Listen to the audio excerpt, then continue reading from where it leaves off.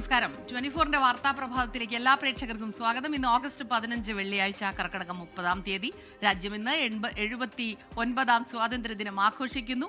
British സാമ്രാജ്യത്വത്തിനെതിരെ പോരാടിയ, ജീവത്യാഗം ചെയ്ത വീരസേനാനികൾക്ക് ആദരം അർപ്പിക്കുന്നു.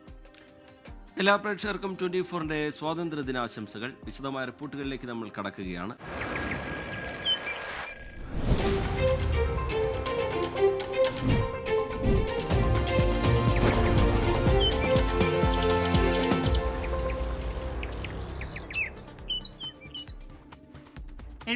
ാം സ്വാതന്ത്ര്യദിനാഘോഷങ്ങളിൽ രാജ്യം.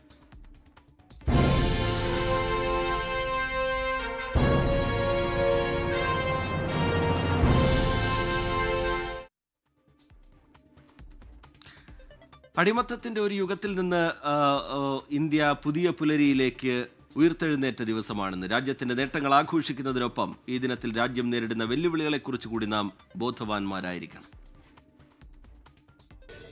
We made a tryst with destiny, and now the time comes when we shall redeem our pledge.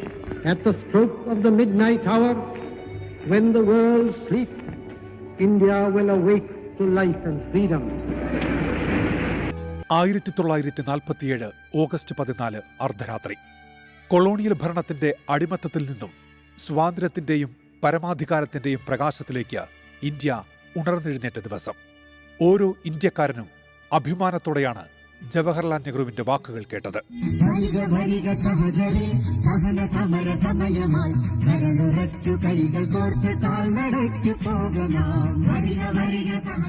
Champaran സത്യഗ്രഹവും ഖിലാഫത്തും നിസ്സഹരണ പ്രസ്ഥാനവും ദണ്ഡിയാത്രയും ക്വിറ്റ് ഇന്ത്യ സമരവും ഗാന്ധിജിയുടെ നേതൃത്വത്തിൽ നടത്തിയ എണ്ണമറ്റ സഹന സമരങ്ങൾ, എത്രയെത്ര ദേശസ്നേഹികളുടെ സഹനത്തിന്റെയും കഷ്ടപ്പാടുകളുടെയും ചെറുത്തുനിൽപ്പിന്റെയും നിശ്ചയദാർഢ്യത്തിന്റെയും ഫലമാണ് നാം ഇന്നനുഭവിക്കുന്ന സ്വാതന്ത്ര്യം.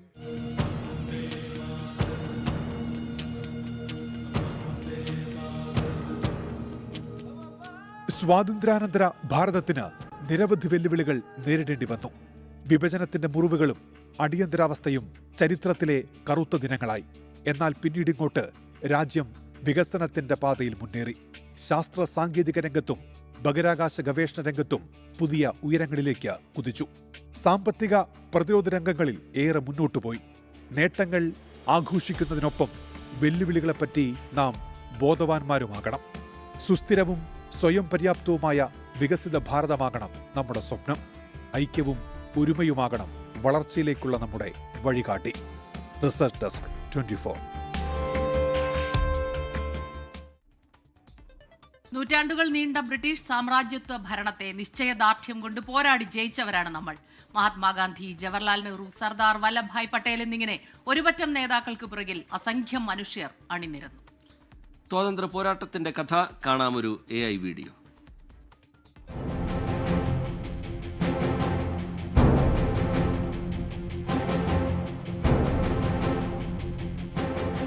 ബ്രിട്ടീഷ് സാമ്രാജ്യത്വം നിസ്സാരരായി കണക്കാക്കിയ ഒരു ജനത. മനുഷ്യനെന്ന പരിഗണന പോലും ലഭിക്കാതെ അവർ ജീവിച്ചു.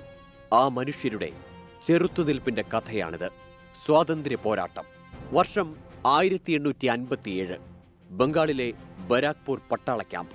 പുതിയ തോക്കുകളിൽ പന്നിയുടെയും കാളയുടെയും നെയ് കലർന്ന കടലാസിൽ പൊതിഞ്ഞ തിര ഉപയോഗിക്കാൻ സൈനികർ വിസമ്മതിച്ചു. അത് പ്രക്ഷോഭമായി മാറി.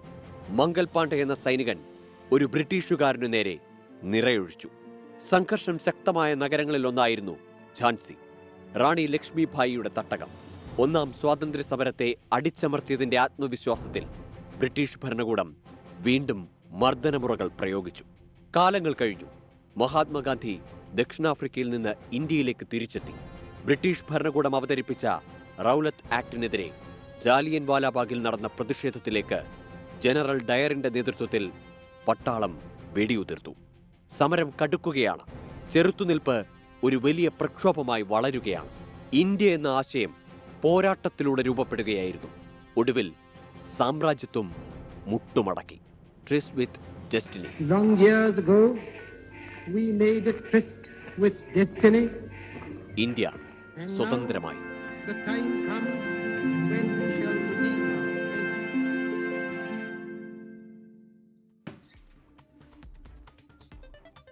രാജ്യം ഇന്ന് 79ാം സ്വാതന്ത്ര്യദിനം ആഘോഷിക്കുകയാണ്. ഡൽഹിയിൽ വിപുലമായ പരിപാടികളാണ് ഉള്ളത്. നൂറ്റാണ്ടുകൾ നീണ്ട ബ്രിട്ടീഷ് സാമ്രാജ്യത്വ ഭരണത്തെ നിശ്ചയദാർഢ്യം കൊണ്ട് പോരാടി ജയിച്ചവരാണ് നമ്മൾ. അതിൻ്റെ ഒരു റിപ്പോർട്ട് നമ്മൾ അല്പസമയം മുമ്പ് കണ്ടു. ഇന്ത്യൻ യൂണിയനൊപ്പം ചേരാൻ തയ്യാറാകാത്ത തിരുവിതാംകൂറും അതിനെതിരെ നടന്ന സമരങ്ങളും കേരളത്തിന്റെ സ്വാതന്ത്ര്യ സമരത്തിലെ അവസാന ഏടാണ്. സ്വതന്ത്ര രാഷ്ട്രമായി നിൽക്കുമെന്ന് പ്രഖ്യാപിച്ച തിരുവിതാംകൂർ രാജഭരണത്തിനെതിരെ സ്റ്റേറ്റ് കോൺഗ്രസ് പ്രവർത്തകർ ഉൾപ്പെടെയുള്ളവർ പോരാടി. സ്വതന്ത്രമായി നിൽക്കാൻ തിരുവിതാംകൂർ വിദേശ രാജ്യങ്ങളുടെ വരെ സഹായം തേടിയെന്നും ചരിത്രകാരന്മാർ പറയുന്നു. ഇന്ത്യൻ സ്വാതന്ത്ര്യ സമര ചരിത്രത്തിൽ നിന്ന് വ്യത്യസ്തമായ ഏടുണ്ട് തിരുവിതാംകൂർ എന്ന നാട്ടുരാജ്യത്തിന്. രാജ്യം സ്വതന്ത്രമാവുമ്പോൾ അതിനൊപ്പം ഒരു സ്വതന്ത്ര രാഷ്ട്രമായി മാറുമെന്ന് പ്രഖ്യാപിച്ച തിരുവിതാംകൂറിൻ്റെ രാജാവും ദിവാനും, അതിനെതിരെ പോരാടിയ സ്വാതന്ത്ര്യ സമര സേനാനികൾ, ആ ചരിത്രം കൂടിയാണ് കേരളത്തിൻ്റെ സ്വാതന്ത്ര്യ സമര ചരിത്രം. നിരന്തര പോരാട്ടങ്ങളുടെ ഫലമായി രാജ്യം സ്വാതന്ത്ര്യത്തിലേക്ക് നീങ്ങുന്ന കാലം. തിരുവിതാംകൂറിലെ ജനങ്ങൾക്കായി രാജാവിൻ്റെയും ദിവാന്റെയും ഒരു അപ്രതീക്ഷിത റേഡിയോ പ്രഖ്യാപനം വരുന്നു. രാജ്യം സ്വതന്ത്രമാകുന്നതിനൊപ്പം തിരുവിതാംകൂറും സ്വതന്ത്രമാകും. പക്ഷേ ഇന്ത്യൻ യൂണിയനൊപ്പം ഉണ്ടാകില്ല. തിരുവിതാംകൂർ സ്വതന്ത്ര രാഷ്ട്രമായിരിക്കും. രാജാവിൻ്റെ ഒരു റേഡിയോ പ്രക്ഷേപണം വരികയാണ്. തുടർന്ന് ദിവാൻ്റെ പ്രക്ഷേപണം വന്നു. അപ്പോൾ അതിനകത്ത് പറഞ്ഞിരിക്കുന്നത് ഇന്ത്യക്ക് സ്വാതന്ത്ര്യം കിട്ടുന്നതോടുകൂടി തിരുവിതാംകൂർ അതിൻ്റെ സ്വാതന്ത്ര്യം നിലനിർത്തും. ആവശ്യമുണ്ടെന്ന് കണ്ടാൽ കമ്മ്യൂണിക്കേഷൻസ്, വിദേശ നയം തുടങ്ങിയ കാര്യങ്ങളിൽ ഇന്ത്യൻ യൂണിയനുമായി ചർച്ചയാകാം. പ്രഖ്യാപനം നടത്തി വെറുതെ ഇരുന്നില്ല തിരുവിതാംകൂർ ഭരിച്ചവർ. ദിവാനായിരുന്ന ഹബീബുള്ളയെ പാകിസ്ഥാനിലേക്കും പരമേശ്വർ പിള്ളയെ ഓസ്ട്രേലിയയിലേക്കും ട്രേഡ് കമ്മീഷണറായി അയക്കാൻ തീരുമാനിച്ചു. ഇന്ത്യൻ യൂണിയനിൽ പെടാതെ സ്വതന്ത്ര രാഷ്ട്രമായി നിൽക്കാൻ വിദേശ പിന്തുണ തേടുകയായിരുന്നു ലക്ഷ്യമെന്ന് ചരിത്രം സാക്ഷ്യപ്പെടുത്തുന്നു. പാകിസ്ഥാനിലേക്ക് ഒരു ട്രേഡ് റെപ്രസെൻറ്റേറ്റീവായിട്ട് മുൻ ദിവാനായ ഹബീബുള്ളയെ നിയമിക്കാനായിട്ട് ആലോചിക്കുന്നത്. അപ്പോൾ ഹബീബുള്ളയ്ക്ക് ജിന്നയും ഒക്കെ ആയിട്ട് നേരിട്ട് അറിയാവുന്ന ബന്ധങ്ങളുള്ള ആളാണ്. അപ്പോൾ അവിടെ ട്രേഡ് റെപ്രസെൻറ്റേറ്റീവായിട്ടാണ് നിയമിക്കുന്നതെങ്കിലും അത് ഇന്ത്യൻ യൂണിയനെ വെല്ലുവിളിക്കുന്ന ഒരു നടപടിയായിരുന്നു. ഈ നീക്കത്തിനെതിരെ സി കേശവന്റെയും പട്ടം താണുപിള്ളയുടെയും ടി എം വർഗീസിന്റെയും നേതൃത്വത്തിൽ തെരുവിൽ ശക്തമായ പ്രക്ഷോഭങ്ങൾ ആരംഭിച്ചു. പ്രക്ഷോഭങ്ങളെ അടിച്ചമർത്താൻ രാജാവിന് വേണ്ടി സിംസന്റെ 5 രൂപ കൂലിപ്പട്ടാളം തെരുവിലിറങ്ങി. ഫോഴ്സിൻ്റെ പേര് 5 രൂപ പോലീസ് എന്നാണ്. നാട്ടുകാരങ്ങനെയാണ് പറയുന്നത്. അതിന് സിംസൺ പട എന്ന് വേറൊരു വിളിപ്പേരും ഉണ്ടായിരുന്നു. ചിത്ര തിരുനാൾ ബാലരാമവർമ്മയ്ക്ക് വേണ്ടി ഈ നീക്കങ്ങളെല്ലാം മുന്നിൽ നിന്ന് നയിച്ചത് സർ സി പി രാമസ്വാമി അയ്യരായിരുന്നു. ഒടുവിൽ വിപ്ലവകാരികൾ CPയെ വകവരുത്താൻ KCS മണിയെ ചുമതലപ്പെടുത്തി. 1947 ജൂലൈ മാസത്തിൽ CPയെ KCS മണി വെട്ടി. തിരുവിതാംകൂറിൻ്റെ സ്വതന്ത്ര രാജ്യമെന്ന സങ്കല്പത്തിന് ഏറ്റവും വലിയ തിരിച്ചടി ഏൽക്കുന്നത് ഈ സ്വാതി തിരുനാൾ സംഗീത കോളേജിൽ വെച്ചായിരുന്നു. ഇവിടെ വെച്ചാണ് KCS മണി സർ CPയെ വെട്ടുന്നത്.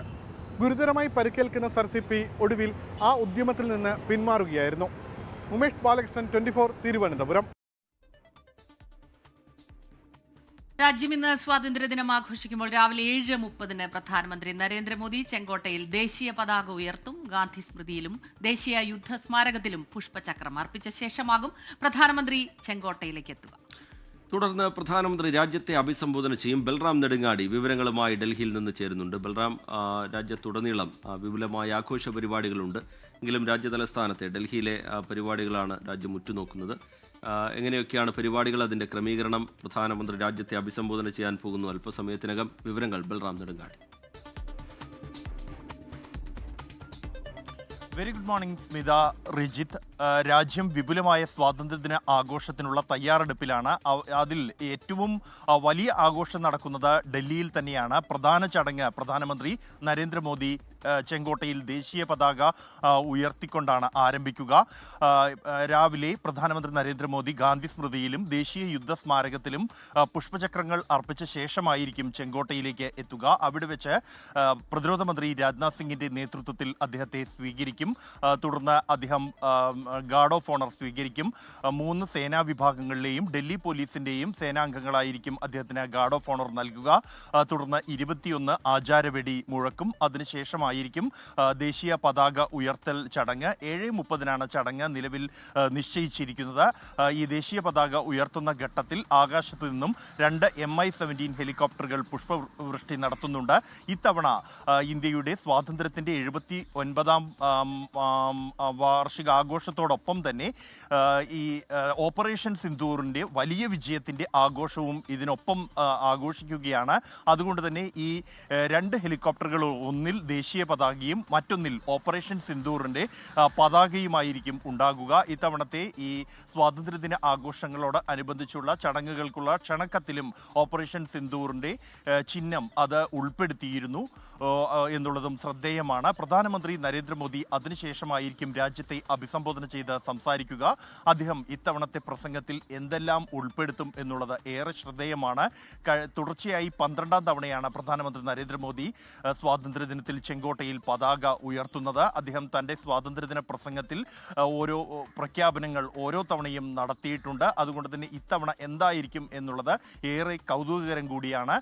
പ്രത്യേകിച്ചും ഓപ്പറേഷൻ സിന്ദൂറുമായി ബന്ധപ്പെട്ട് അദ്ദേഹം അത് പരാമർശിക്കും എന്ന് ഏതാണ്ട് ഉറപ്പാണ്. പ്രത്യേകിച്ച് തുടർച്ചയായി കഴിഞ്ഞ 2-3 ദിവസങ്ങളായി പാകിസ്ഥാന്റെ ഭാഗത്തു നിന്നും പാക് നേതാക്കളുടെ ഭാഗത്തു നിന്നും പ്രകോപനപരമായ പരാമർശങ്ങൾ ഉണ്ടാകുന്നുണ്ട്. അതിന് അദ്ദേഹം മറുപടി നൽകും എന്നുള്ളത് ഉറപ്പാണ്. അതോടൊപ്പം തന്നെ മറ്റ് രാഷ്ട്രീയമായ മറുപടികൾ പ്രതിപക്ഷത്തിന് അദ്ദേഹം നൽകുമോ എന്നുള്ളതും രാജ്യം ഉറ്റുനോക്കുകയാണ്. ഈ പ്രധാന ചടങ്ങ്, ചെങ്കോട്ടയിലെ പ്രധാന ചടങ്ങിനായി രാജ്യത്തിൻ്റെ വിവിധ ഭാഗങ്ങളിൽ നിന്നും വിവിധ മേഖലകളിൽ നിന്നും ഏതാണ്ട് 5000-ഓളം ക്ഷണിക്കപ്പെട്ട അതിഥികളെയാണ് ക്ഷണിച്ചിരിക്കുന്നത്. അതിൽ യുവ സാഹിത്യകാരന്മാർ, കൂടാതെ പാരാലിമ്പിക്സിലെ ജേതാക്കൾ, കൂടാതെ വിവിധ പഞ്ചായത്ത് തലത്തിലുള്ള മികച്ച പ്രകടനം കാഴ്ചവെച്ച ജനപ്രതിനിധികൾ, ഇതോടൊപ്പം തന്നെയാണ് വനിതാ ശാക്തീകരണത്തിനായി പ്രവർത്തിച്ച, അവരുടെ ക്ഷേമം മുൻനിർത്തി പ്രവർത്തിച്ച വ്യക്തികൾ അടക്കമുള്ള 5000-ഓളം ക്ഷണിക്കപ്പെട്ട അതിഥികളെയാണ് ഇത്തവണ ഈ സ്വാതന്ത്ര്യദിന ആഘോഷ ചടങ്ങുകൾക്കായി പ്രത്യേക അതിഥികളായി ക്ഷണിച്ചിരിക്കുന്നത്. ബൽറാം നെടുങ്ങാടിയാണ് ഡൽഹിയിൽ നിന്ന് വിവരങ്ങളുമായി ചേർന്നത്. സ്വാതന്ത്ര്യ പോരാട്ടത്തിൽ നിർണായക ഏടാണ് ഗാന്ധിജിയുടെ ദണ്ഡിയാത്രയും ഉപ്പ് സത്യാഗ്രഹവും. കേരളത്തിൽ നിന്ന് 4 പേർ ഗാന്ധിക്കൊപ്പം സന്നദ്ധ പ്രവർത്തകരായി പങ്കെടുത്തു എന്നാണ് ചരിത്രരേഖകൾ. എന്നാൽ ഇവരെ കൂടാതെ മറ്റൊരു മലയാളി കൂടി ആ ഐതിഹാസിക സമരത്തിൽ പങ്കെടുത്തുവെന്ന് കണ്ടെത്തിയിരിക്കുകയാണ് പാലായിലെ ഒരു അധ്യാപകൻ. പാലക്കാട് സ്വദേശിയായ താപ്പൻ നായരാണ് ദണ്ഡിയാത്രയിൽ പങ്കെടുത്ത 5ാമത്തെ മലയാളി. ടോം ജോസ് എന്ന അധ്യാപകന്റെ ആ കണ്ടെത്തലിന്റെ കഥയാണ് ഇനി.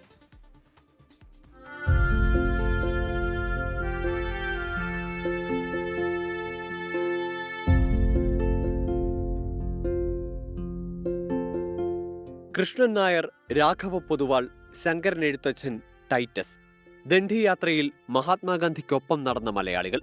എന്നാൽ വിദ്യാർത്ഥികൾക്ക് ക്ലാസ് എടുത്തുകൊണ്ടിരിക്കുമ്പോൾ അധ്യാപകനായ ടോം ജോസിന് ഒരു സംശയമുണ്ടായി. ഈ 4 മലയാളികൾ മാത്രമായിരുന്നു ഉണ്ടായിരുന്നത്. ആ സംശയം ടോം ജോസ് എന്ന അധ്യാപകനെ കൊണ്ടെത്തിച്ചത് പാലക്കാട് രാമശ്ശേരി വടവട്ടത്ത് തറവാട്ടിലാണ്. താപ്പൻ നായർ എന്ന മലയാളിയും ഐതിഹാസിക പോരാട്ടത്തിലുണ്ടെന്ന ചരിത്രം ആ അധ്യാപകൻ കണ്ടെത്തി. കേരളത്തിലെ പല ജില്ലകളിലും ഇന്ത്യയിലെ പല ഗാന്ധി മ്യൂസിയങ്ങളിലും, പ്രത്യേകിച്ച് വാർത്താ സേവാഗ്രാമിലെ ലൈബ്രറിയിലും, അതോടൊപ്പം ഗുജറാത്തിൽ ഈ ദണ്ഡിയാത്രയുമായി ബന്ധപ്പെട്ട സോൾട്ട് സത്യാഗ്രഹ മെമ്മോറിയൽ മ്യൂസിയത്തിലും, ഡൽഹിയിലെ ഗാന്ധി മ്യൂസിയത്തിലുമൊക്കെ ഇതിൻ്റെ അന്വേഷണത്തിൻ്റെ ഭാഗമായിട്ട് പോകേണ്ടി വന്നു. 5 വർഷം നീണ്ട അന്വേഷണമാണ് താപ്പൻ നായർ മലയാളിയാണെന്ന് തെളിയിക്കാൻ വേണ്ടി വന്നത്. ഗാന്ധിജിയുമായി വളരെ അടുത്ത ബന്ധം താപ്പൻ നായർക്കുണ്ടായിരുന്നുവെന്നും ഈ അന്വേഷണത്തിലൂടെ ടോം ജോസ് കണ്ടെത്തി. ഇദ്ദേഹം ചരിത്രരേഖകളിൽ രേഖപ്പെട്ടത് തമിഴ്നാട് സ്വദേശിയെന്നും തപൻ നായർ എന്നുമൊക്കെയായിരുന്നു.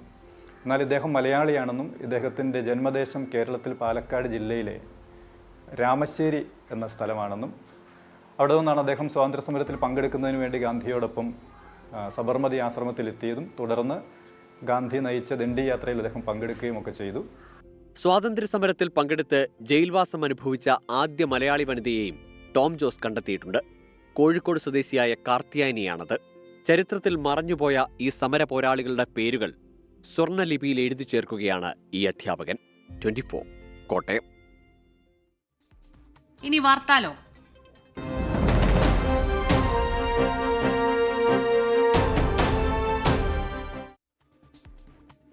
യുക്രൈൻ വിഷയത്തിൽ ട്രംപ് പുടിൻ നിർണായക കൂടിക്കാഴ്ച ഇന്ന് അലാസ്കയിലെ ഉച്ചകോടി ഫലപ്രദമായാൽ റഷ്യയും യുക്രൈനും അമേരിക്കയുടെ മധ്യസ്ഥതയിൽ വൈകാതെ ത്രികക്ഷി ചർച്ച നടത്തുമെന്നും ട്രംപ് വ്യക്തമാക്കിയിട്ടുണ്ട്. അലാസ്കയിൽ നിന്ന് മധു കൊട്ടാരക്കര തയ്യാറാക്കിയ റിപ്പോർട്ടിലേക്ക്. യുക്രൈനിൽ യുദ്ധം അവസാനിപ്പിക്കാനും അവിടെ സമാധാനം തിരിച്ചു കൊണ്ടുവരാനുമായി US പ്രസിഡന്റ് ഡൊണാൾഡ് ട്രംപും റഷ്യൻ പ്രസിഡന്റ് വ്ളാദിമിർ പുടിനുമായിട്ടുള്ള ഉച്ചകോടി ആരംഭിക്കുവാൻ ഇനി മണിക്കൂറുകൾ മാത്രമേ ഉള്ളൂ. അമേരിക്കയുടെ വടക്കേ അറ്റത്തുള്ള അലാസ്കയിലെ ആങ്ക്രേജിൽ വെച്ച് നടക്കുന്ന ഈ കൂടിക്കാഴ്ചയുടെ കൂടുതൽ വിവരങ്ങൾ ഔദ്യോഗികമായി വൈറ്റ് ഹൗസ് പുറത്തുവിട്ടിട്ടുണ്ട്. US സൈനിക കേന്ദ്രത്തിൽ വെച്ചായിരിക്കും ഈ കൂടിക്കാഴ്ച എന്ന് വൈറ്റ് ഹൗസ് സ്ഥിരീകരിച്ചിട്ടുണ്ട്.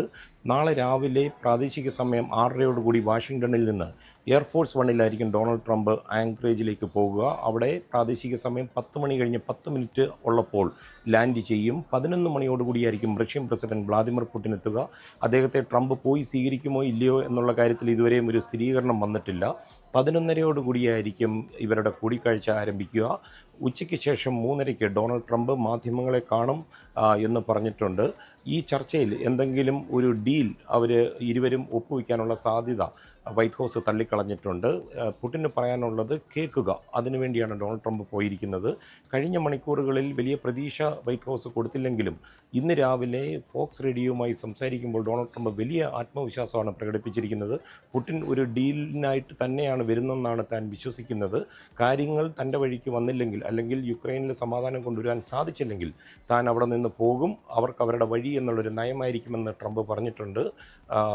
യുദ്ധം അവസാനിപ്പിക്കുവാനുള്ളൊരു ഡീലാണ് കൊണ്ടുവരേണ്ടത്. അങ്ങനെ ഒരു നല്ല രീതിയിലുള്ള ചർച്ചകൾ പുരോഗമിക്കുകയാണെങ്കിൽ തുടർ ചർച്ച ഉടനുണ്ടാകും. യൂറോപ്യൻ ലീഡേഴ്സും സെലൻസ്കിയുമായിട്ട് ഇരുന്നുള്ളതായിരിക്കും തുടർ ചർച്ചകൾ. ന്യൂജേഴ്സിയിൽ നിന്ന് മധു കൊട്ടാരക്കര, 24.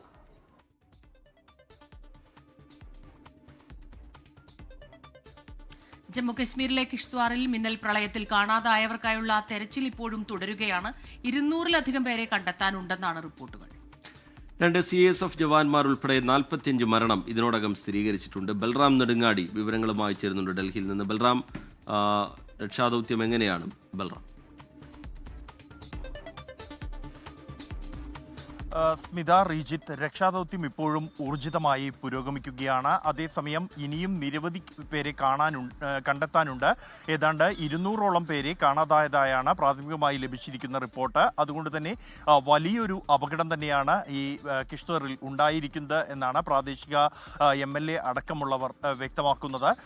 ഉച്ചയ്ക്ക് 1 മണിയോടെയാണ് ഈ അപകടം ഉണ്ടാവുന്നത്. അത് പ്രത്യേകിച്ച് ഒരു തീർത്ഥാടന കേന്ദ്രത്തിലേക്ക് പോകുന്ന യാത്ര ആരംഭിക്കുന്ന പ്രദേശത്തായാണ് ഈ അപകടമുണ്ടായത് എന്നതുകൊണ്ട് തന്നെ ഈ മിന്നൽ പ്രളയം ഉണ്ടാകുന്ന ഘട്ടത്തിൽ ഏതാണ്ട് 1000ഓളം പേർ, അതിൽ ബഹുഭൂരിപക്ഷവും തീർത്ഥാടകരായിരുന്നു അവിടെ ഉണ്ടായവർ എന്ന് നാട്ടുകാർ അറിയിക്കുന്നു.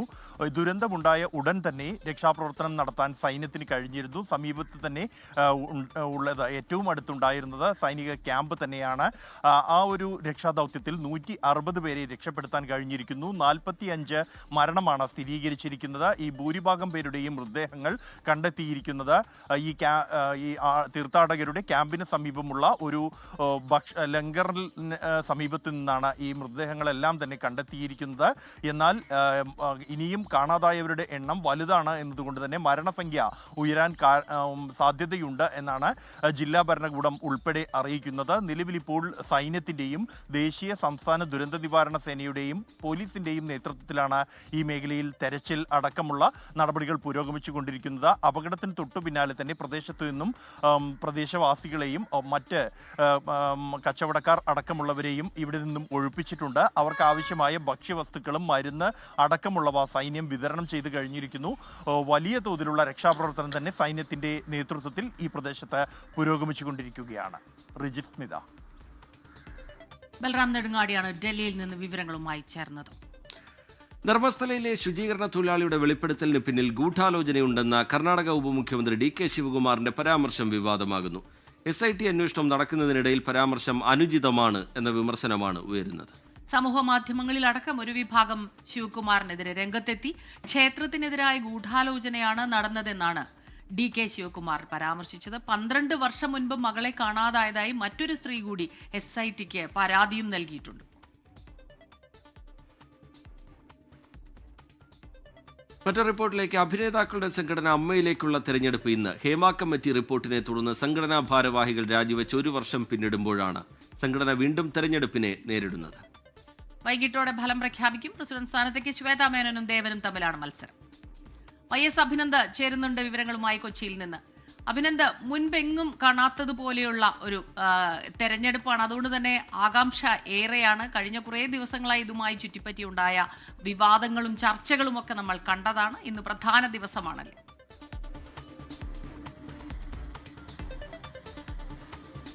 സ്മിത, റിജിത്ത് 31 വർഷ ചരിത്രത്തിൽ ആദ്യമായാണ് ഇത്തരത്തിലൊരു തിരഞ്ഞെടുപ്പ് നീങ്ങുന്നത്. ആരോപണ പ്രത്യാരോപണങ്ങൾ, വാദപ്രതിവാദങ്ങൾക്കൊക്കെ പിന്നാലെ ഇന്ന് ഇപ്പോൾ അമ്മ തിരഞ്ഞെടുപ്പ് നടക്കുകയാണ്. കൊച്ചി ലുലു മാരിയറ്റ് ഹോട്ടൽ രാവിലെ 10 മണി മുതലായിരിക്കും തിരഞ്ഞെടുപ്പ് നടക്കുക. ഉച്ചയ്ക്ക് 1 മണി വരെ തിരഞ്ഞെടുപ്പ് നീളും. വൈകിട്ട് 4 മണിയോടുകൂടിയായിരിക്കും അന്തിമ ഫലം പുറത്തു വരിക. 4:30 വാർത്താ സമ്മേളനത്തിലായിരിക്കും ഔദ്യോഗിക പ്രഖ്യാപനം നടക്കുക. കുക്കു പരമേശ്വരനും രവീന്ദ്രനുമാണ് ജനറൽ സെക്രട്ടറി സ്ഥാനത്തേക്ക് മത്സരിക്കുന്നത്.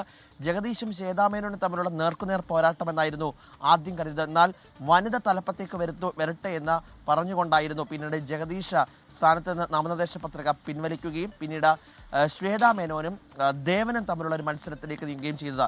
അന്ന് മുതൽ ആരംഭിച്ചു ഇങ്ങോട്ടേക്ക് അംഗങ്ങൾ തമ്മിലുള്ള വാദപ്രതിവാദങ്ങൾ. ആദ്യം അത് ആരോപണ വിധേയർ മത്സരിക്കരുത് എന്നുള്ള ഒരു വിഭാഗം രംഗത്തെത്തുന്നു. പിന്നാലെ ബാബുരാജ് പത്രിക പിൻവലിക്കുന്നു.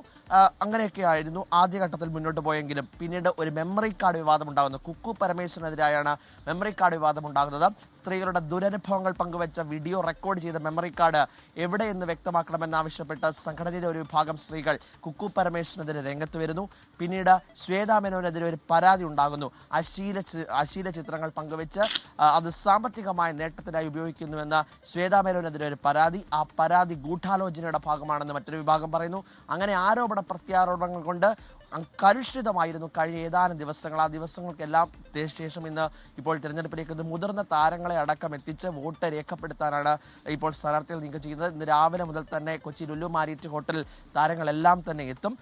എന്തായാലും 31 വർഷ ചരിത്രത്തിൽ കഴിഞ്ഞ തവണയാണ് ഹേമ കമ്മിറ്റി റിപ്പോർട്ട് പുറത്തു വരുന്നത്. ഹേമ കമ്മിറ്റി റിപ്പോർട്ടിൽ ആടിയുലഞ്ഞ ഒരു സംഘടനയായി തന്നെ മാറിയിരുന്നു അമ്മ സംഘടന. അപ്പൊ അതിനുശേഷമുള്ള പ്രശ്നങ്ങളൊക്കെ പരിഹരിക്കാനായിട്ട് പുതിയ ഭാരവാഹികൾ ഏറെ നാടകീയമായ സംഭവങ്ങൾക്കൊടുവിൽ, തർക്കങ്ങൾക്കൊടുവിൽ അമ്മയിൽ ഇന്ന് തെരഞ്ഞെടുപ്പ് നടക്കുകയാണ്. പ്രസിഡന്റ് സ്ഥാനത്തേക്ക് ശ്വേതാ മേനോനും ദേവനും തമ്മിലാണ് മത്സരം. തലപ്പത്തേക്ക് ഒരു വനിത എത്തുമോ എന്നുള്ള ചോദ്യത്തിനൊക്കെ ഇന്ന് ഉത്തരമാകും. YS അഭിനന്ദ് കൊച്ചിയിൽ നിന്ന് വിവരങ്ങൾ പങ്കുവയ്ക്കുകയായിരുന്നു. മറ്റൊരു പ്രധാനപ്പെട്ട വാർത്തയിലേക്കാണ് ഇനി പോകുന്നത്. ബിന്ദു പത്മനാഭൻ തിരോധാന കേസിൽ അന്വേഷണം വ്യാപിപ്പിച്ച് ക്രൈംബ്രാഞ്ച്. പുറത്തുവന്ന വെളിപ്പെടുത്തലിന്റെയും ശബ്ദരേഖയുടെയും അടിസ്ഥാനത്തിൽ കൂടുതൽ ആളുകളുടെ മൊഴി രേഖപ്പെടുത്തും. കടക്കരപ്പള്ളി സ്വദേശിനിയായ വീട്ടമ്മയുടെ വെളിപ്പെടുത്തലിൽ ആരോപണ വിധേയനായ ഫ്രാങ്ക്ലിന്റെയും ഇയാളുടെ സുഹൃത്ത് സോഡ പൊന്നപ്പന്റെയും മൊഴി രേഖപ്പെടുത്തിയിരുന്നു. ശബ്ദരേഖയിൽ പറയുന്ന കാര്യങ്ങൾ പൂർണ്ണമായും വിശ്വാസയോഗ്യമല്ല എന്നാണ് അന്വേഷണ സംഘത്തിന്റെ വിലയിരുത്തൽ. ആലപ്പുഴ കൊമ്മാടിയിൽ മകൻ മാതാപിതാക്കളെ കുത്തിക്കൊലപ്പെടുത്തിയത് മദ്യപിക്കാൻ പണമില്ലെന്ന് പറഞ്ഞതിനെ തുടർന്ന് ഇന്നലെ വൈകുന്നേരം വീട്ടിലെത്തിയ ബാബു പിതാവ് തങ്കരാജിനോട് പണം ആവശ്യപ്പെട്ടിരുന്നു. ആവശ്യം നിരസിച്ചതോടെ തങ്കരാജിനെ മർദ്ദിച്ചു. കയ്യിൽ കരുതിയ കത്തി ഉപയോഗിച്ച് കഴുത്തിലും നെഞ്ചിലും കുത്തുകയായിരുന്നു. പിടിച്ചുമാറ്റാനെത്തിയ മാതാവ് ആഗ്നസിനെയും മാരകമായി കുത്തിപ്പരിക്കേൽപ്പിച്ചു. തുടർന്ന് സമീപത്തെ വീട്ടിലെത്തി ഇരുവരെയും ആശുപത്രിയിൽ എത്തിക്കണമെന്ന് പറഞ്ഞതിനു ശേഷമാണ് ബാബു സ്ഥലത്തുനിന്ന് ബാറിലേക്ക് പോയത്. കസ്റ്റഡിയിലുള്ള പ്രതിയെ വിശദമായി ചോദ്യം ചെയ്യുകയാണ് പോലീസ്. തങ്കരാജിന്റെയും ആഗ്നസിന്റെയും മൃതദേഹം വണ്ടാരം മെഡിക്കൽ കോളേജ് ആശുപത്രിയിലെ മോർച്ചറിയിൽ സൂക്ഷിച്ചിരിക്കുകയാണ്. ഇനി ചില ദേശീയ വാർത്തകൾ ഒറ്റനോട്ടത്തിൽ. ഗവർണറുടെ കോട്ടയിൽ കോൺഗ്രസ് നിയമിച്ച 2 ലെജിസ്ലേറ്റീവ് കൌൺസിൽ അംഗങ്ങളുടെ തെരഞ്ഞെടുപ്പ് അസാധുവാണെന്ന് പ്രഖ്യാപിച്ച സുപ്രീംകോടതി ഉത്തരവിനെ സ്വാഗതം ചെയ്ത് BRS. വിധി കോൺഗ്രസിനും BJPക്കും ഒരുപോലെ തിരിച്ചടിയായെന്ന് BRS working president KT Rama Rao. Lok Sabha പ്രതിപക്ഷ നേതാവ് രാഹുൽ ഗാന്ധിയെ രൂക്ഷമായി വിമർശിച്ച് കേന്ദ്രമന്ത്രി കിരൺ റിജിജു. രാഹുൽ ഗാന്ധി ഭരണഘടന വായിച്ചിട്ടില്ലെന്നും ഭരണഘടനയോട് അദ്ദേഹത്തിന് ബഹുമാനമില്ലെന്നും വിമർശനം. തമിഴ്നാട് മുഖ്യമന്ത്രി MK സ്റ്റാലിനെ വിമർശിച്ച് TVK അധ്യക്ഷൻ വിജയ്. ചെന്നൈയിൽ അവകാശങ്ങൾക്കായി പ്രതിഷേധിച്ച ശുചീകരണ തൊഴിലാളികളെ അറസ്റ്റ് ചെയ്തതിലാണ് വിമർശനം. നടപടി മനുഷ്യത്വരഹിതമെന്നും വിജയ്. വ്യാഴാഴ്ച ചേർന്ന കർണാടക നിയമസഭയിൽ വാഗ്വാദം. കർണാടക ഊർജ്ജമന്ത്രി KJ ജോർജിനെ BJP MLA അശ്വന്ത് നാരായൺ അധിക്ഷേപിച്ച് എന്നാരോപിച്ചുകൊണ്ടായിരുന്നു ഭരണപ്രതിപക്ഷ അംഗങ്ങൾ തമ്മിൽ രൂക്ഷമായ പോര് നടന്നത്. അശ്വന്ത് നാരായൺ MLA അഴിമതിയുടെ പിതാവെന്ന് വിളിച്ച് കർണാടക ഉപമുഖ്യമന്ത്രി DK ശിവകുമാർ. ഹിമാചൽ പ്രദേശ് കാർഷിക സർവകലാശാലയിലെ വൈസ് ചാൻസലർ നിയമനത്തിനായി പുറപ്പെടുവിച്ച റിക്രൂട്ട്മെന്റ് നോട്ടീസുകൾ തടഞ്ഞ ഹൈക്കോടതി. സർവകലാശാലയിലെ അധ്യാപകർ നൽകിയ ഹർജിയിലാണ് ഹൈക്കോടതിയുടെ സ്റ്റേ. ഇന്ത്യൻ സ്വാതന്ത്ര്യ സമരത്തിൽ സുപ്രധാന പങ്ക് വഹിച്ചവരാണ് പോരാളികളായ സ്ത്രീകൾ. അവരെ ഈ ദിവസം മറക്കാൻ സാധിക്കില്ല. സാമൂഹിക സാഹചര്യങ്ങൾ കാരണം ഇന്ത്യൻ വീട്ടകങ്ങളിൽ ഒതുങ്ങിക്കൂടേണ്ടി വന്ന അസംഖ്യം സ്ത്രീകളാണ് മഹാത്മാഗാന്ധിയുടെ ആഹ്വാനം സ്വീകരിച്ച് പോരാട്ടമുഖത്തേക്ക് ഇറങ്ങിയത്. അക്കൂട്ടത്തിൽ സമാനതകളില്ലാത്ത പോരാട്ടം കാഴ്ചവെച്ചയാളാണ് ബ്രിട്ടീഷ് പോലീസിന്റെ വെടിയേറ്റ് മരിച്ച മാതങ്കിനി ഹസ്ര. പശ്ചിമ ബംഗാളിലെ ഒരു ദരിദ്ര കുടുംബത്തിലാണ് മാതങ്കിനി ഹസ്ര ജനിച്ചത്. അടിസ്ഥാന വിദ്യാഭ്യാസം നേടാൻ കഴിഞ്ഞില്ല. സ്ത്രീധനം നൽകാൻ സാധിക്കാത്തതിനാൽ 12 വയസ്സിൽ മാതങ്കിനിക്ക് ഒരു 60-കാരനെ വിവാഹം കഴിക്കേണ്ടി വന്നു. 18 വയസ്സിൽ ഭർത്താവ് മരിക്കുകയും ചെയ്തു. അതിനുശേഷമാണ് മാതങ്കിനി ഹസ്ര സാമൂഹിക വിഷയങ്ങളിൽ സജീവമാകുന്നത്. മാതങ്കിനി ഗാന്ധിയൻ ആദർശങ്ങളിൽ ആകൃഷ്ടയായി. ഗാന്ധിയോടുള്ള ആരാധന കാരണം മാതങ്കിനിയെ നാട്ടിലാളുകൾ ഗാന്ധിപുരി എന്നായിരുന്നു വിളിച്ചത്. 1930 ഗാന്ധി പ്രഖ്യാപിച്ച സിവിൽ നിയമലംഘന സമരത്തിൽ പങ്കെടുത്തതിന് മാതങ്കിനി അറസ്റ്റിലായി. അതിനുശേഷം സജീവ കോൺഗ്രസ് പ്രവർത്തകയായി. 1942 ക്വിറ്റ് ഇന്ത്യ സമരം നടക്കുന്ന സമയത്ത് തംലൂക്ക് പോലീസ് സ്റ്റേഷനിലേക്ക് നടത്തിയ മാർച്ചായിരുന്നു മാതങ്കിനിയുടെ ജീവനെടുത്ത പോരാട്ടം. 6000 പേർ അണിനിരന്ന ആ വലിയ പ്രകടനത്തിൽ ഭൂരിഭാഗവും സ്ത്രീകളായിരുന്നു. പോലീസ് തോക്കുയർത്തിയപ്പോൾ മാതങ്കിനി മുന്നിൽ കയറി നിന്നു. പോയിന്റ് ബ്ലാങ്കിൽ 3 തവണ പോലീസ് മാതങ്കിനിക്കു നേരെ വെടിയുതിർത്തു. വെടിയേറ്റ് മരണത്തിന് കീഴടങ്ങുന്നതിന് തൊട്ടുമുമ്പ് വന്ദേ മാതരം എന്ന സ്വാതന്ത്ര്യ സമര മുദ്രാവാക്യം ഉറക്കെ വിളിച്ച് മാതങ്കിനി മുന്നോട്ട് തന്നെ നടന്നു. ഒടുവിൽ ആ പോരാളി രക്തസാക്ഷിത്വം വരിച്ചു. Research desk 24. തിരുവിതാംകൂറിന്റെ ചരിത്രത്തിലെ ആദ്യകാല സ്വാതന്ത്ര്യ സമര പ്രക്ഷോഭങ്ങളിൽ രക്തരൂക്ഷിതമായ ഒന്നാണ് കല്ലറ പാങ്ങോട് സമരം. ബ്രിട്ടീഷ് ഭരണത്തിനും സർസിപ്പിക്കുമെതിരായി നടന്ന സമരത്തിൽ നിരവധി നേതാക്കൾക്ക് അതിക്രൂര മർദ്ദനമേറ്റതും കൊല്ലപ്പെട്ടതും സമരത്തിന്റെ കേന്ദ്രബിന്ദു എന്ന് വിശേഷിപ്പിക്കപ്പെടുന്ന പാങ്ങോട് പഴയ പോലീസ് സ്റ്റേഷനിൽ വെച്ചാണ്.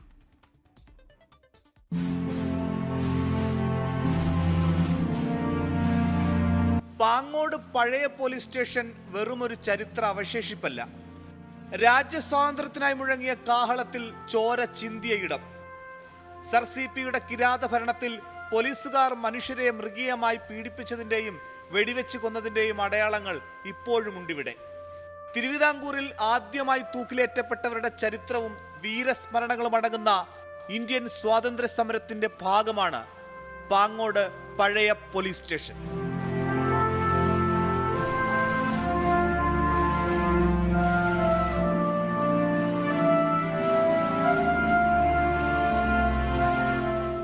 ഗാന്ധിജി ആഹ്വാനം ചെയ്ത നിസ്സഹകരണ സമരത്തിൻ്റെ പാത പിൻപറ്റി തിരുവിതാംകൂറിൽ നടന്ന ഏറ്റവും രക്തരൂക്ഷിതമായ ഒരു വിപ്ലവമാണ് കല്ലറ പാങ്ങോട് വിപ്ലവം. നിരവധി പേരെ തൂക്കിലേറ്റുകയും നിരവധി പേർ പോലീസിൻ്റെ മൃഗീയമായ പീഡനങ്ങൾക്കിരയാവുകയും സ്ത്രീകളെയും കുട്ടികളെയും അടക്കം പോലീസ് പീഡിപ്പിച്ച ചരിത്രമാണ് ഈ പഴയ പോലീസ് സ്റ്റേഷന് പറയാനുള്ളത്.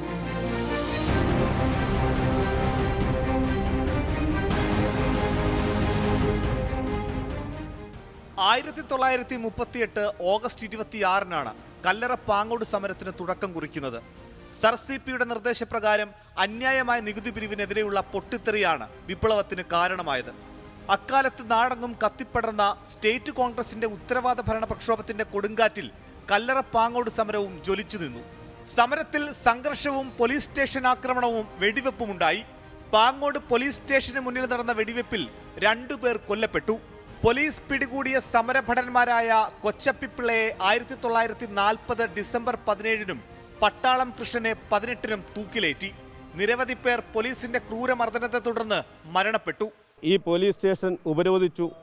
പോലീസിന് നേരെ തോക്കുൾപ്പെടെയുള്ള ആയുധങ്ങളുമായി കർഷക ജനതയും പോലീസിന് നേരെ വെടിയുതിർത്തപ്പോൾ 2 പോരാളികളെ പോലീസ് ഈ പോലീസ് സ്റ്റേഷന്റെ മുന്നിൽ വെടിവെച്ചു കൊല്ലുകയാണ് ഉണ്ടായത്. ആ 2 പോരാളികളെയും ഈ തെങ്ങിന്റെ മൂട്ടിലാണ് മറമാടപ്പെട്ടിരിക്കുന്നത്.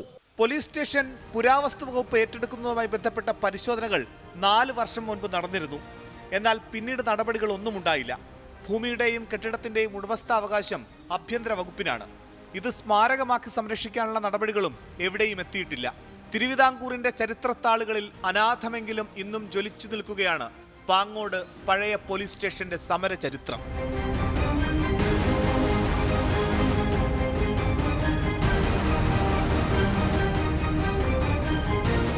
ക്യാമറമാൻ സന്തോഷ് ചേകവറിനൊപ്പം മനീഷ് മഹിപാൽ, 24 തിരുവനന്തപുരം. സ്വാതന്ത്ര്യദിനം ആഘോഷമാക്കി മലപ്പുറം മാദിൻ ഏബിൾ വേൾഡിലെ ഭിന്നശേഷി വിദ്യാർത്ഥികൾ. പരിമിതികൾ മറികടന്ന് സ്വന്തമായി നിർമ്മിച്ച പതാകകളും ബാഡ്ജുകളും തോരണങ്ങളും ഉപയോഗിച്ചാണ് ആഘോഷം. പതാകകൾ മദീൻ ചെയർമാൻ ഇബ്രാഹിം ഖലീൽ അൽ ബുഖാരി തങ്ങൾക്ക് വിദ്യാർത്ഥികൾ സമ്മാനിച്ചു.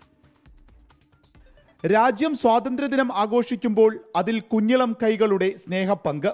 മലപ്പുറം മാദിൻ അക്കാദമി ഏബിൾ വേൾഡിലെ ഭിന്നശേഷി വിദ്യാർത്ഥികളാണ് പതാകകളും കൊടിത്തോരണങ്ങളും ബാഡ്ജുകളും നിർമ്മിച്ചത്. സ്വാതന്ത്ര്യദിനത്തിൽ ഇതേറ്റുവാങ്ങുമ്പോൾ അഭിമാനമുണ്ടെന്ന് മാദിൻ അക്കാദമി ചെയർമാൻ ഇബ്രാഹിം ഖലീൽ അൽ ബുഖാരി തങ്ങൾ.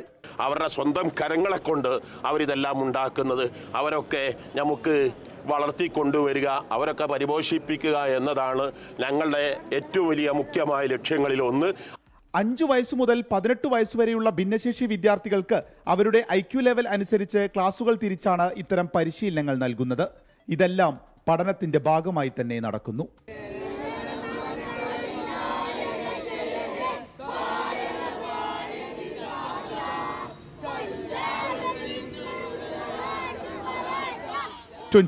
മലപ്പുറം. തമിഴ്നാട് സർക്കാർ സ്വാതന്ത്ര്യ ദിനത്തോടനുബന്ധിച്ച് നൽകിവരുന്ന തക്കായ്സൽ തമിഴർ പുരസ്കാരം മുസ്ലിം ലീഗ് ദേശീയ അധ്യക്ഷൻ ഖാദർ മൊയ്തീന് ഇന്ന് സമ്മാനിക്കും. തമിഴ് ഭാഷയ്ക്കും പൈതൃകത്തിനും സംഭാവന നൽകിയവർക്കായി ഏർപ്പെടുത്തിയിട്ടുള്ള പുരസ്കാരമാണിത്. തമിഴ് എല്ലാ ഭാഷകളുടെയും മാതാവാണെന്നും ഭാഷയ്ക്ക് മേലുള്ള കടന്നുകയറ്റത്തെ തമിഴ് ജനത ചെറുത്തു തോൽപ്പിക്കുമെന്നും ഖാദർ മൊയ്തീൻ 24-നോട് പറഞ്ഞു.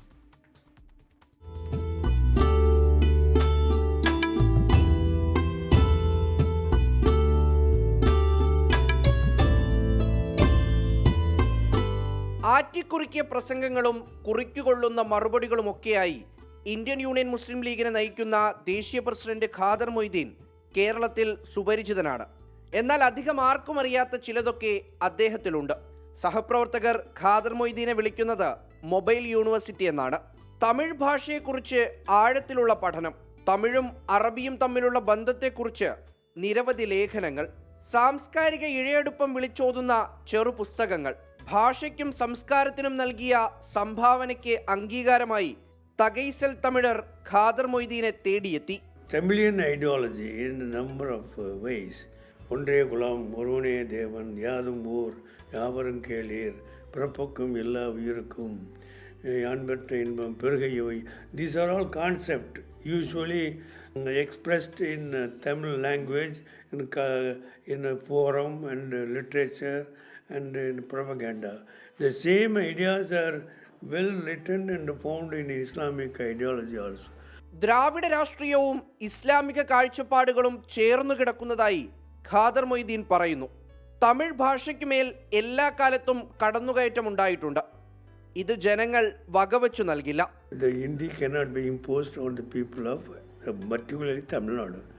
Tamil Nadu people will never accept imposition of a language on Tamil Nadu may not be acceptable by Tamilians. അടുത്ത തെരഞ്ഞെടുപ്പിലും DMK സഖ്യം ജയിക്കും. വിജയ് ന്യൂനപക്ഷങ്ങൾക്ക് വേണ്ടി സംസാരിക്കുന്നുണ്ടെങ്കിലും വിലയിരുത്താനായിട്ടില്ല. Vijay party you are meaning is only coming up. We don't know what will happen in the future. But the propaganda they make through the press and TV, we cannot take it as valid and correct also. ഇന്ന് സെക്രട്ടേറിയറ്റിൽ വെച്ച് മുഖ്യമന്ത്രി MK Stalin Khader Moideen പുരസ്കാരം കൈമാറും. സാദിഖ് അലി തങ്ങൾ, PK Kunhalikutty അടക്കം പങ്കെടുക്കുന്ന അനുമോദന യോഗവും വൈകിട്ടുണ്ട്. ക്യാമറമാൻ ശ്രീകാന്ത് ഗൗരീശപട്ടത്തോടൊപ്പം മുഹമ്മദ് റഹീസ്, 24 ചെന്നൈ. കോഴിക്കോട് കൊയിലാണ്ടി തോരായിക്കടവിൽ നിർമ്മാണത്തിലിരിക്കെ തകർന്ന പാലത്തിന്റെ തുടർ നിർമ്മാണം നിർത്തിവെക്കണമെന്ന് പഞ്ചായത്ത്. കരാർ കമ്പനിക്ക് വീഴ്ചയുണ്ടായോ എന്ന് അന്വേഷിച്ച ശേഷം നിർമ്മാണം തുടരുന്നതാകും ഉചിതമെന്ന് പഞ്ചായത്ത് പ്രസിഡന്റ് സദി കിഴക്കയിൽ 24-നോട് പറഞ്ഞു. കോടതി വഴിയാണ് കമ്പനി കരാർ വാങ്ങിയെടുത്തതെന്നും പഞ്ചായത്ത് പ്രസിഡന്റ്. 18 മാസം കൊണ്ട് വർക്ക് പൂർത്തീകരിക്കുമെന്ന് പറഞ്ഞുകൊണ്ടാണ് ആ കൺസ്ട്രക്ഷൻ കമ്പനി ഏറ്റെടുത്തിട്ടുള്ളത്. മലപ്പുറത്തുള്ള PMR കമ്പനിയാണ് അത് ഏറ്റെടുത്തിട്ടുള്ളത്. ആ കോടതി തന്നെയാണ് അവർക്ക് കൊടുത്തതും. ഊരാളുങ്കൽ വ്യാപാര സൊസൈറ്റിയാണ് അത് കോട്ട ചെയ്തിട്ടുള്ളത്. അപ്പോൾ ഇവർ കോടതിയിൽ പോയിട്ടാണ് അവർ വർക്ക് വാങ്ങിയിട്ടുള്ളത്. എന്തായാലും ഇതിനെ പ്രവൃത്തി സമയബന്ധിതമായി പൂർത്തീകരിക്കാൻ വേണ്ടി സാധിച്ചിട്ടില്ല.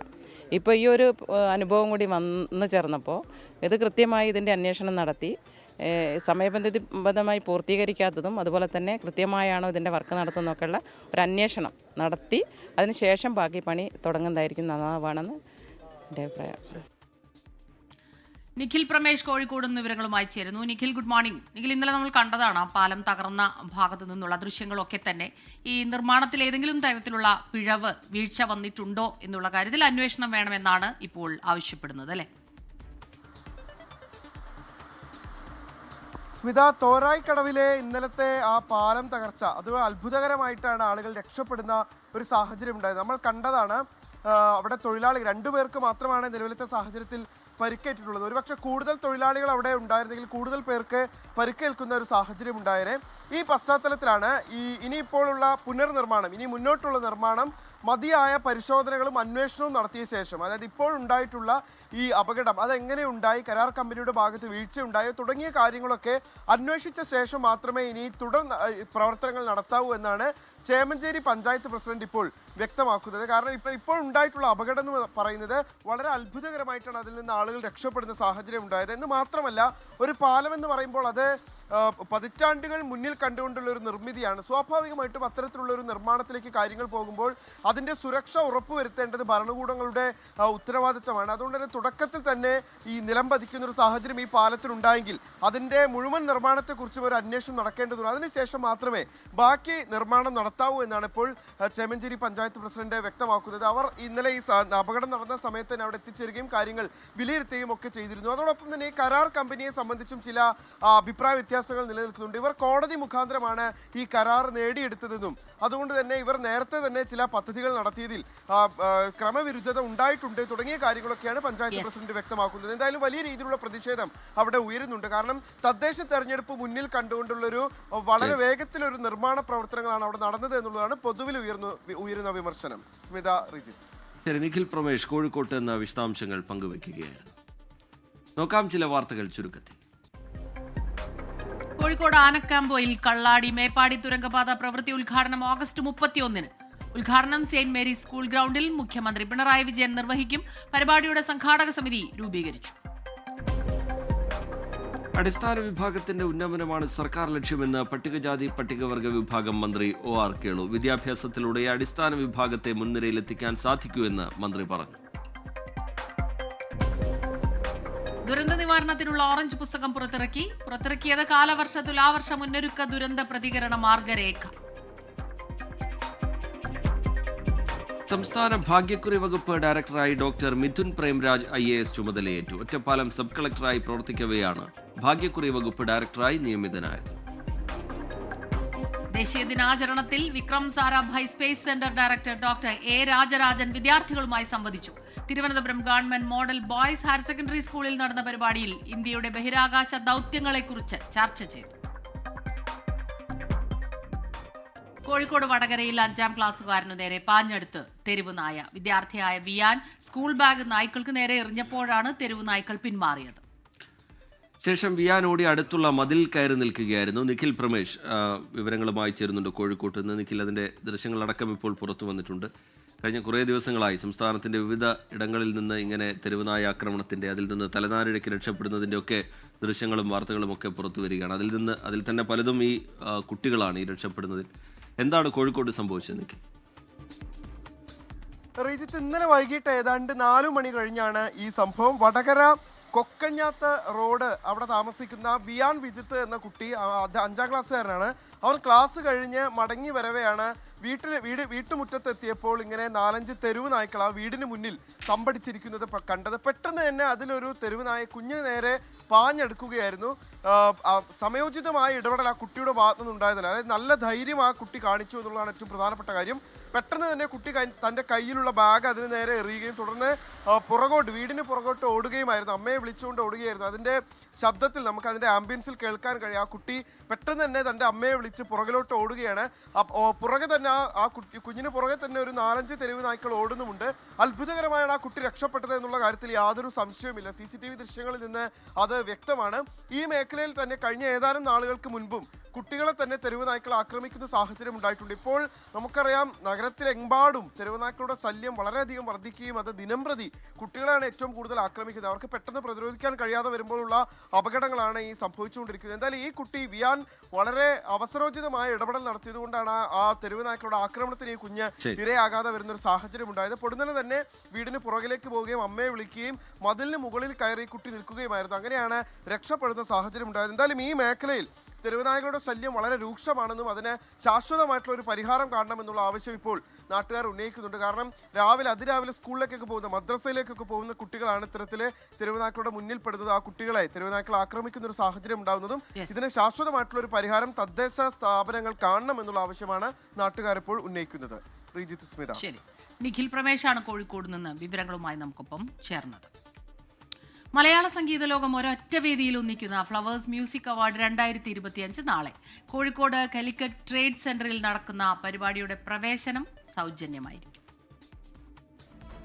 മലയാളികൾ ഇതുവരെ കണ്ടിട്ടില്ലാത്ത സംഗീത ലോകത്തെ താരസംഗമമാണ് കോഴിക്കോട് നടക്കുക.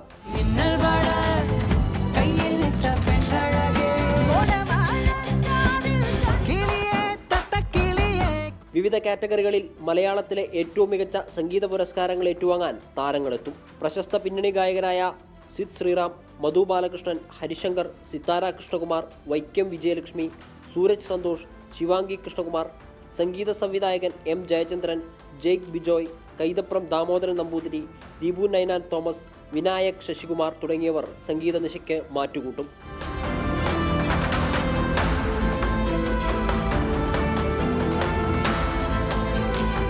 വൈകിട്ട് 6 മുതൽ ആരംഭിക്കുന്ന പരിപാടിയുടെ പ്രവേശനം സൗജന്യമാണ്.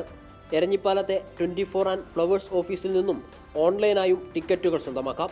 24 കോഴിക്കോട്. ഗാർഹിക അതിക്രമങ്ങളെ തുടർന്നുണ്ടാകുന്ന ആത്മഹത്യകൾക്കെതിരെ പ്രതിഷേധ ജ്വാല സംഘടിപ്പിച്ച് ഗാർഹികാതിക്രമ പ്രതിരോധ സമിതി. ഗാർഹികാതിക്രമങ്ങൾക്കെതിരെ സംസ്ഥാനത്തുടനീളം പന്തം കൊളുത്തി പ്രതിരോധം സംഘടിപ്പിച്ചു. എറണാകുളം ജില്ലയിൽ ദർബാർ ഹൗസ് ഗ്രൗണ്ടിലാണ് പന്തം കൊളുത്തി പ്രതിരോധം നടന്നത്. ഗാർഹികാതിക്രമങ്ങൾക്കെതിരെ പൊതുബോധം ഉയരണമെന്നും ഗാർഹിക പീഡനം സാമൂഹിക വിപത്തായി കാണണമെന്നും സമിതി ആവശ്യപ്പെട്ടു.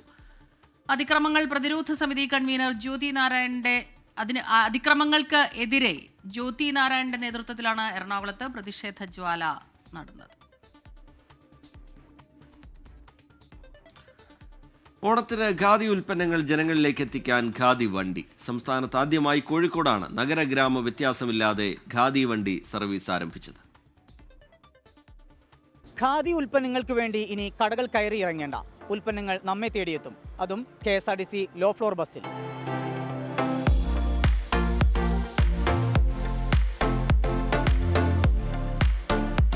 എനിക്കും വേണം ഖാദി എന്ന ആപ്തവാക്യവുമായി പൊന്നോണത്തെ വരവേൽക്കാനൊരുങ്ങുകയാണ് കേരള ഖാദി ഗ്രാമ വ്യവസായ ബോർഡ്.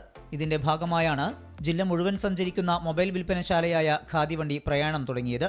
റെഡിമെയ്ഡ് ഷർട്ട് പീസുകൾ, ചുരിദാർ പീസുകൾ, മുണ്ട്, ബെഡ്ഷീറ്റുകൾ, തോർത്ത്, കോട്ടൺ സാരികൾ, സിൽക്ക് സാരികൾ എന്നിവയ്ക്കൊപ്പം ഗ്രാമ വ്യവസായ ഉൽപ്പന്നങ്ങളും ഖാദി ഷോപ്പുകളിൽ എന്ന പോലെ എല്ലാം വണ്ടിയിൽ ലഭ്യമാണ്. വിയർപ്പാണെങ്കിലും മഴയാണെങ്കിൽ പോലും നല്ല സുഖമാണ് ഖാദി. നല്ല തുണിത്തരങ്ങൾ കിട്ടുന്നുണ്ട്. അത് വേണ്ടത് ബെഡ്ഷീറ്റായി, നമ്മുടെ ഡൈനിങ് ടേബിളുകളുടെ ഷീറ്റായി, സോഫയുടെ ഷീറ്റായി എല്ലാം 30% വരെ റിബേറ്റോടെയാണ് ഉൽപ്പന്നങ്ങൾ ലഭ്യമാക്കുന്നത്. ഇതാകുമ്പോൾ ആളിലേക്ക് നേരിട്ട് ഖാദി ബോണ്ടേതായിട്ടുള്ള ഖാദീൻ്റെ ഒരു ഷോറൂം എത്തുന്നുള്ളൊരു ആശയമാണ് നമ്മൾ ഇതിനോട് മുന്നോട്ട് വെക്കുന്നത്. ഉത്സവകാലത്തെ ഈ വ്യത്യസ്തമായ വിൽപ്പനയിലൂടെ മികച്ച വരുമാനം ലഭിക്കുമെന്ന പ്രതീക്ഷയിലാണ് ഖാദി ബോർഡ്. വിഷ്ണു കച്ചേരിക്കൊപ്പം കോഴിക്കോട് നിന്ന് സമീർ സി മുഹമ്മദ്, 24. നോക്കാം ഇനി പ്രധാന അറിയിപ്പുകൾ. നിയമസഭാ സെക്രട്ടേറിയറ്റിൽ കരാർ അടിസ്ഥാനത്തിൽ സഭാ ടിവിയിൽ റിസർച്ച് അസിസ്റ്റന്റുമാരെ നിയമിക്കുന്നതിന് അപേക്ഷ ക്ഷണിച്ചു. 25-നും 45-നും ഇടയിൽ പ്രായപരിധിയുള്ളവർക്ക് അപേക്ഷിക്കാം. അവസാന തീയതി ഓഗസ്റ്റ് 22. സംസ്ഥാന ഭക്ഷ്യ കമ്മീഷൻ ഔദ്യോഗിക ആവശ്യത്തിനായി തടി കൊണ്ടുള്ള ഡിസ്പ്ലേ ബോർഡ് നിർമ്മിക്കുന്നു. ബോർഡ് നിർമ്മിക്കുന്നതിലേക്ക് താൽപ്പര്യമുള്ളവരിൽ നിന്ന് കൊട്ടേഷനുകൾ ക്ഷണിച്ചു. ഈ മാസം 21-ന് വൈകിട്ട് 3 മണി വരെ കൊട്ടേഷൻ സ്വീകരിക്കും. സംസ്ഥാന ജൈവ വൈവിധ്യ ബോർഡ് വിദ്യാർത്ഥികളുടെ 18ാമത് ജൈവ വൈവിധ്യ കോൺഗ്രസ് സംഘടിപ്പിക്കുന്നു. വിദ്യാർത്ഥികൾക്കായി പ്രോജക്ട്സ് അവതരണ മത്സരം, പെയിന്റിംഗ് മത്സരം, പെൻസിൽ ഡ്രോയിങ് എന്നിവയുണ്ടാകും. മത്സരിക്കാൻ ആഗ്രഹിക്കുന്ന കുട്ടികൾക്ക് അപേക്ഷ സമർപ്പിക്കും. ആലപ്പുഴ ചെങ്ങന്നൂർ ഗവൺമെന്റ് ITIയിലെ mechanic consumer electronics and appliance ട്രേഡിൽ നിലവിലുള്ള 2 ഇൻസ്ട്രക്ടർ തസ്തികയിലേക്ക് അപേക്ഷിക്കാം. താൽപ്പര്യമുള്ള ഉദ്യോഗാർത്ഥികൾക്ക് അപേക്ഷ നൽകാം. അവസാന തീയതി ഈ മാസം 21. കോഴിക്കോട് ജില്ലാ ശിശു സംരക്ഷണ യൂണിറ്റിൽ ശരണബാല്യം റെസ്ക്യൂ ഓഫീസർ തസ്തികയിലേക്ക് ദിവസവേതന അടിസ്ഥാനത്തിൽ നിയമനം. MSW യോഗ്യതയുള്ളവർക്ക് അപേക്ഷിക്കാം. അവസാന തീയതി ഓഗസ്റ്റ് 22. ജില്ലയിൽ നിന്നുള്ളവർക്ക് മുൻഗണന. Welcome back. സ്വാതന്ത്ര്യ ദിനാഘോഷത്തിന്റെ ഭാഗമായി വയനാടിന്റെ അതിജീവന മേഖലയായ ചൂരൽമലയിൽ ദേശീയ പതാക ഉയർത്തി സൈനികർ. കണ്ണൂർ ഡിഫൻസ് സർവീസ് കോറിന്റെ ഭാഗമായ സൈനികരാണ് സൈക്കിൾ റാലിയുമായി ചൂരൽമലയിൽ എത്തിയത്.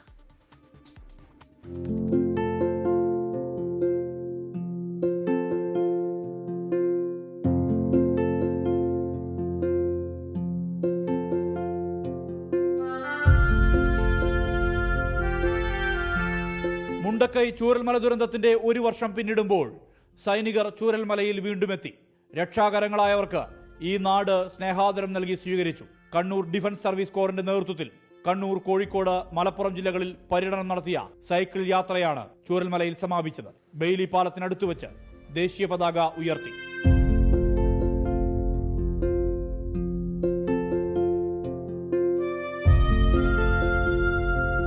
Kannur military station commander colonel PS നാഗരയുടെ നേതൃത്വത്തിലായിരുന്നു സൈക്കിൾ യാത്ര. I am very thankful to the people of Wayanad, especially the locals who helped us during that tough times, and now it was our duty that we should come back to these people, because this is our country, these are our people, and I consider that Wayanad is our second home. So we wanted to meet the people, that is why we had come here, and we are very thankful for the love and affection which you people are having. We are always there with you. Indian Armed Forces are always there with the country.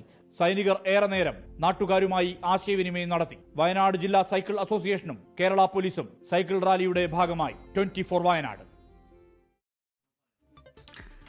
Morning news പൂർത്തിയാവുകയാണ്. ഇനി good morning with R Sreekantan Nair കാണാം.